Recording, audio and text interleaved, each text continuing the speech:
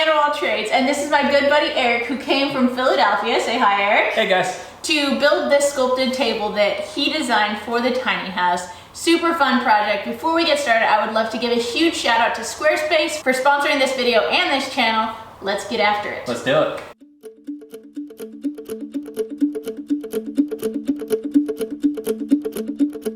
Okay, so we have a very different color. Whoop, all right, bye. We have a very different color sawdust going on in the shop right now than we have before, due to the fact that we're using foam insulation. Now there's a huge benefit to this for me because I'm dyslexic. I can't very well interpret what's on a piece of paper into a design. And so can you tell me a little bit about this process? Yeah, so this is a process that I really like to use in anything that I'm doing a sculptural form in. So you can see that I do jot down my ideas on paper, but I'm not the world's greatest drawer. So it gets most of the information down, but there's no way for me in my head to really see exactly what that's gonna look like in 3 dimensions. So I take that and I transfer it to a piece of foam insulation. The reason I use this stuff is because it's inexpensive and it carves super, super quickly. And I jot down just kind of rough lines on here with a marker and carve to them, and then I can feather it in with rasps and files to kind of give it the final shape I want. Okay, so now I get to chime in on the design things because I love using wood coloration to my benefit. So this is a leftover piece from my Wood Whisperer writing desk that I made. If you haven't seen that video, check it out. So we can kind of shift this according to the grain of the wood so that we can get the greatest amount of structural integrity from the piece of wood. Absolutely. Perfect.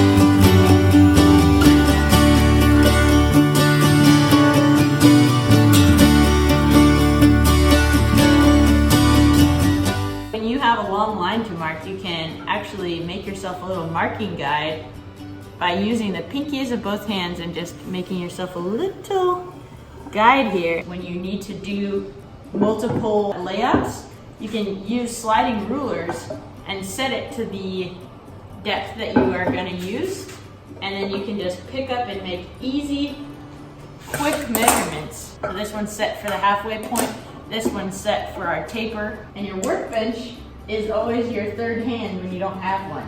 So here I'm using the dog to balance the ruler.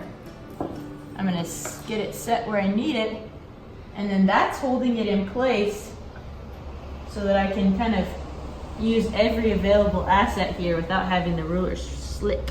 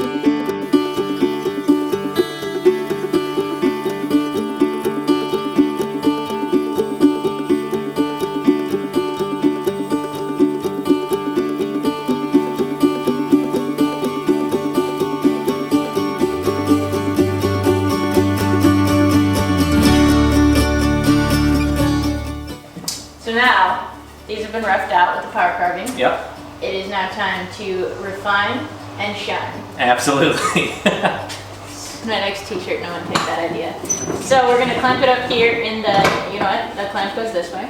We're gonna clamp it up here in the foam, which will give it a nice work holding ability without crushing the sides.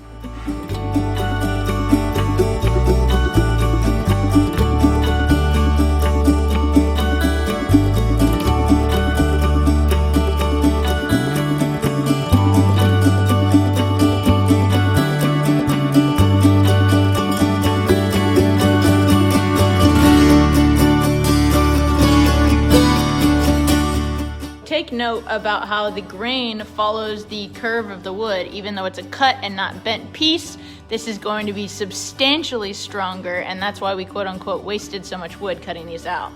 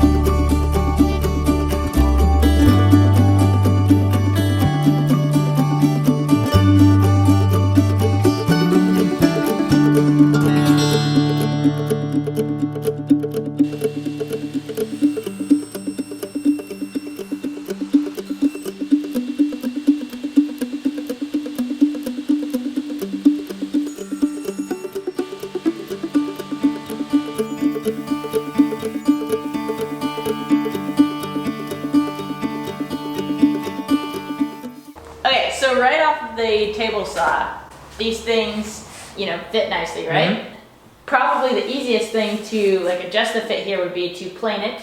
Correct. Plane the top, that is, to, you know, make it small. Obviously you can't add material, so hopefully you didn't cut that too big to start with. But now the next step is just going to be to flatten these out so that they sit flush. Exactly. So we've got a round top going into a flat mortise. So our two options would either be to round the inside of that dado, or to flatten the outside of the table. And the latter is the easier option by far. So what I'm going to do is come in here with a chisel and just flatten this out and then clean it up with a router plane. And those are going to be dead flat and beautiful. And then we're going to come to the tabletop and we're just going to put a small flat where each of the legs are going to go, so we have full glue contact there. Perfect.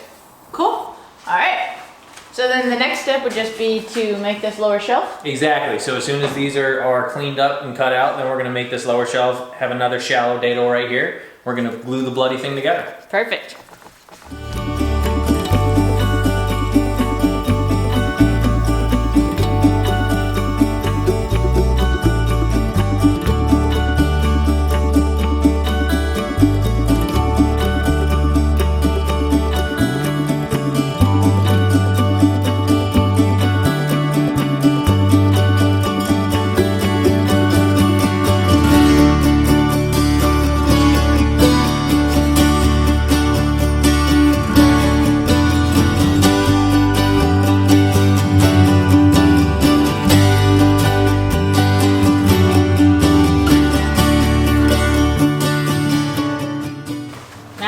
Need to orient this bottom shelf so that it has the seam in the exact same spot as the top. I'm just making sure that these are right where they need to be. Yeah, fruitly.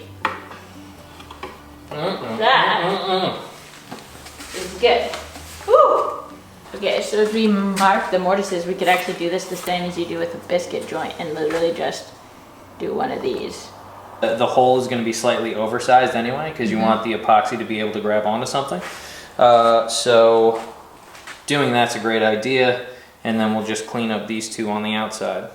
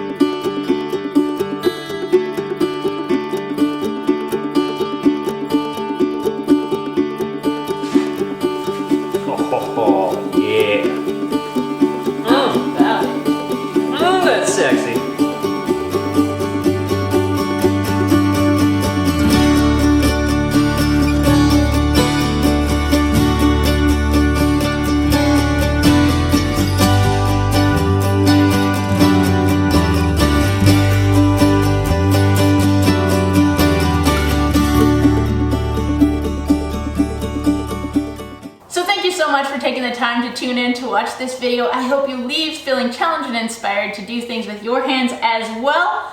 Make sure you go over and follow Erik at Ian Curtis on Instagram. As I mentioned at the beginning of this video, I've been using Squarespace for the last 5 years to host my website. I started in 2014, and if you know me at all, you know that I'm not a huge tech genius. And so to have a platform that allows me to just kind of drag and drop things works really, really well. Squarespace also provides me with tons of awesome analytics, which improve my ability to provide more relevant content to my audience. They have a variety of fantastic templates, which make putting your content into a visually appealing site that much easier. You're able to use the Squarespace email campaigns to easily get in touch with your audience, which is also a fantastic tool. And it's super easy to get a new domain or to transfer your domains into a Squarespace format. So be sure you head on over to Squarespace for a free trial. And when you're ready to get set up, go to squarespace.com/AnnofAllTrades for a 10% discount. And for the next couple weeks, I am also selling fluffy calendars on my website. I will also link that below. If you would like to see some of these little fluffy faces with hand tools in my wood shop, be sure you click that below. Thanks so much for supporting me. Cheers. You may recognize where we are. We are in the tiny house, and we are going to be making, there you are. We are going to be making a custom table for the tiny house. We have threaded rod, pink foam, epoxy. Couple of sanding discs for the angle grinder. All right, guys, so we're on the way back from Home Depot. Ann's driving, and this friggin' piece of foam insulation is just squealing the entire way. I don't even know what to do with it. Song of my people. Absolutely. Also get the greatest amount of structural integrity. Good Lord. So we can get the greatest amount of